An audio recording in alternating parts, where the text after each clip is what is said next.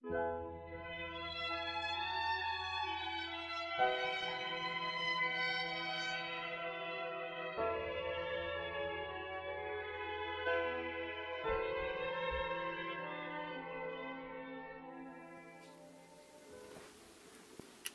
you for joining me again. God knows best. Our Father knows what's best for us, so why should we complain? We always want the sunshine, but He knows there must be rain. We love the sound of laughter and the merriment of cheer, but our hearts would lose their tenderness if they never shed a tear. Our Father tests us often with suffering and with sorrow. He tests us not to punish us, but to help us meet tomorrow.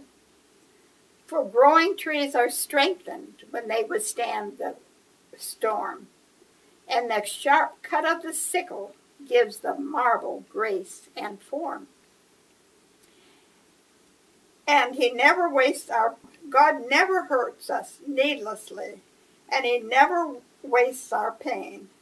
For every loss He sends to us is followed by rich gain.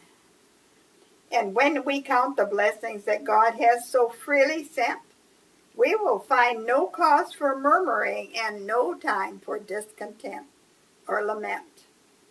For our Father loves His children, and in Him all things are plain. So He never sends us pleasure when the soul's deep need is pain. So whenever we are troubled and when everything goes wrong, it is just God working in us to make our spirit strong. Our daughter on the Navajo Indian reservation in Arizona had a terrible, terrible day yesterday. It was very, very serious, and it really broke her heart. And it broke our heart too. But today, she's much better off, and she's brighter and cheery. But anyhow, there's a reason for every heartache we have and every pain and all we suffer.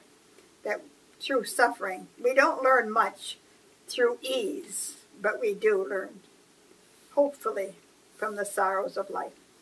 The song I'll Never Forget, this is written by Crystal Earhart. She is, I believe it's Dale Earhart, the auto sports car driver, her brother-in-law. Was her brother-in-law. Travels with her evangelist husband in the United States and the world field. She lives in North Carolina. The song I'll never forget. I'll never forget the day my husband and I arrived in Bulgaria. Freezing rain blasted us in the face as we stepped off the plane and headed down the ramp. Our arms bulging with an assortment of bags, books, and other things that one carries when spending 13 hours in the air. As missionaries, we came prepared to saturate Leningrad, or whatever it is, the former showcase of communism, with a message of hope and with Bibles in their native tongue. I had spent months preparing visual teaching aids for the children and raising funds for projectors and other electronic equipment. Many churches are still too poor to purchase the barest of accessories. The officer in customs frowned at our boxes and began spitting out questions that we couldn't understand. A local pastor who had been delegated to meet us tried to explain our mission. He was pushed aside.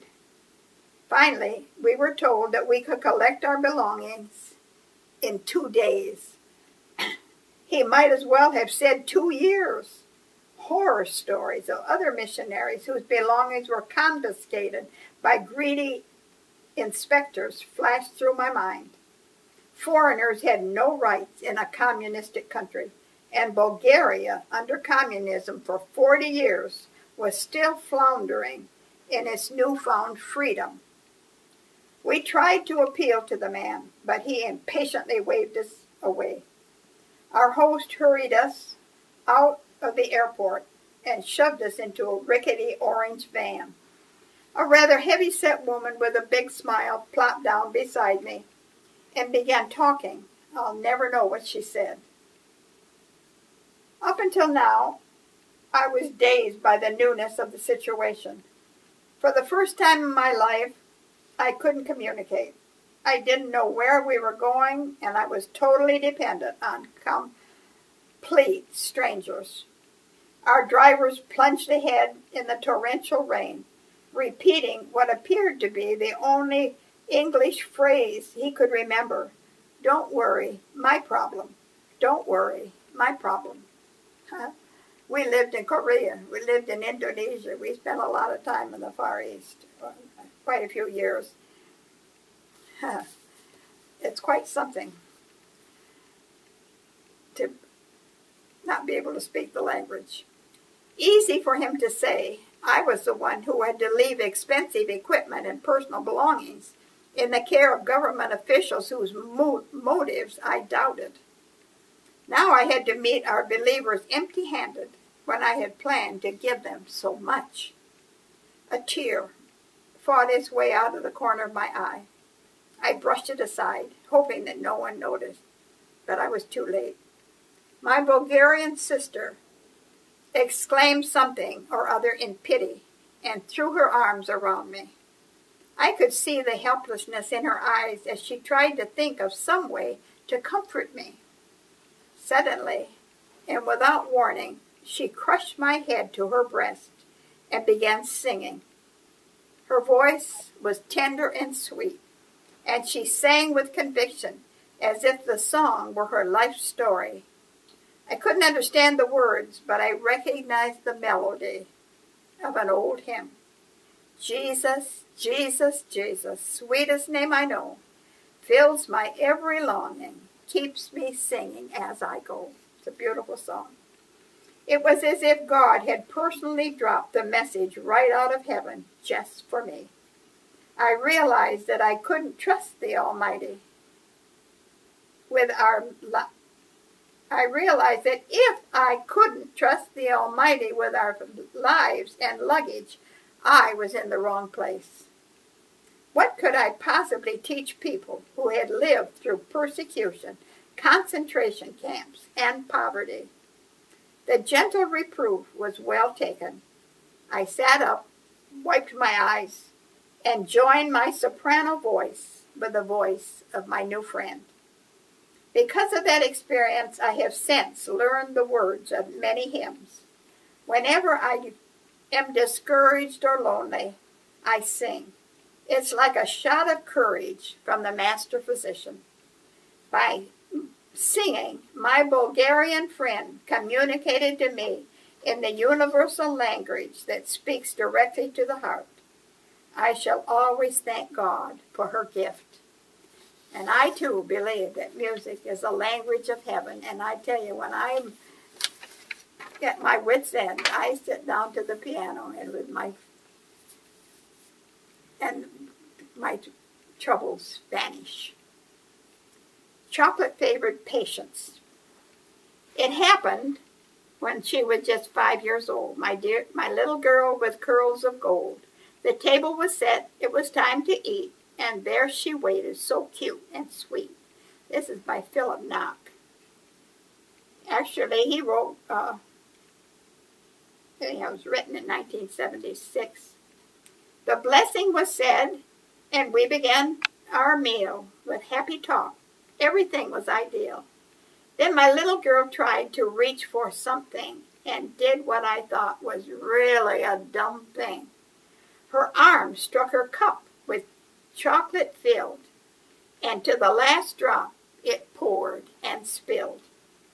Through the tablecloth it trickled down, staining my pants with spots of brown. Now look what you've done, I said with a glare, and purposefully bypassed her look of despair. Why don't you watch what you're doing, I shouted. You're really clumsy, there's no doubt about it. She sat there in shock. For what could she say? I was her dad, and I'd have my own way. My sudden scolding took her by surprise, and I knew she was hurt by the look in her eyes. But she needed this lesson on this very day, so ignoring her tears, I turned coldly away, and in carelessly turning my elbow struck and turned over my own chocolate cup. How I did that, I never could figure, but the spots on my pants were now browner and bigger. The silence was deafening, not a word was said, and I just sat there and wished I were dead. And it came to my mind that this was God's way of teaching me a lesson this very day. How impatient and cruel I was to the one whom I loved more than anyone under the sun. How easy it was to spit words and sound phrases, to censor and wound. Yet it really amazes me how that rebuke I could thoughtlessly hurl and break the heart of my own little girl. And when I was guilty of the very same act, I received no scolding or heavy attack. My actions were hasty, unkind, yes, absurd, and oh, how I wish I could take back each word. How long years have passed, but I still regret how I hurt my girl. I can see her yet, with tears in her eyes, and my heart grows sad. If only I had been a more patient dad. And every so often to this very day, my heartache returns in the same old way, and all these memories come rushing up whenever I see chocolate in a cup. God bless you, and may you be patient.